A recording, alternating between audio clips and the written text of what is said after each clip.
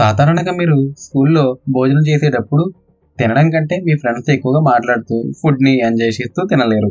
కానీ జపాన్ స్కూల్‌లో మాత్రం పిల్లలు మధ్యాహ్నం భోజన సమయంలో ఎవరితోనూ మాట్లాడరట. అలాగే అల్లరి కూడా చేయరు.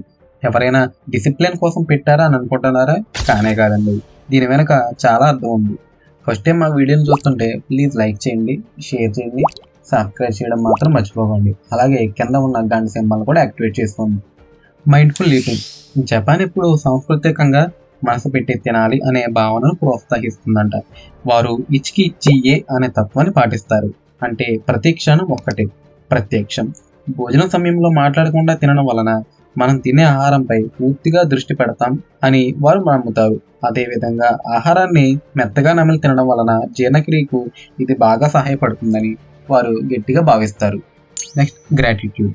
జపాన్‌లో భోజనానికి ముందు పిల్లలు ఇతదాకిమామా అనే పదాన్ని అంటారంట. దీనికి అర్థం ఆహారానికి ధన్యవాదాలు అని చెప్తారు. ఇంతకుముందు మన స్కూల్లో కూడా చిన్నప్పుడు భోజనానికి ముందు ఒక గేయం పాడేవారు. ఆ గేయం ఏంటో తెలిస్తే కామెంట్ చేయండి. మాట్లాడకుండా తినడం ద్వారా ఆహారాన్ని గౌరవించినట్లుగా భావిస్తారట.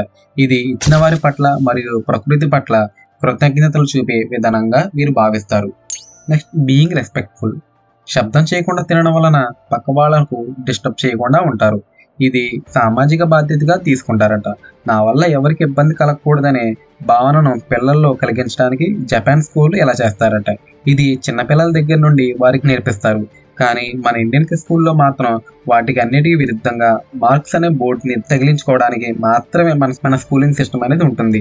చాలామంది జపాన్ స్కూల్లో డిసిప్లిన్ కల్చర్ని చూసి కష్టంగా ఉందని అనుకుంటున్నారు. కానీ ఈ డిసిప్లిన్‌లో కూడా చాలా వరకు ఒక బాధ్యతను వారు నేర్పిస్తారు. ఆహారాన్ని గౌరవించే విధానం, ఆరోగ్యంగా జీవించడానికి మంచి అలవాట్లు, ఇతరుల పట్ల ఎలా మెలగాలో వారు నేర్పుతారట. మీరైతే ఇలాంటి స్కూల్‌లో మీ పిల్లల్ని జాయిన్ చేస్తారా?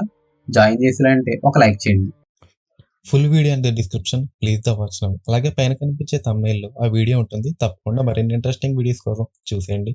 అలాగే సబ్స్క్రైబ్ చేసుకోండి. Thanks for watching. Your Mahesh.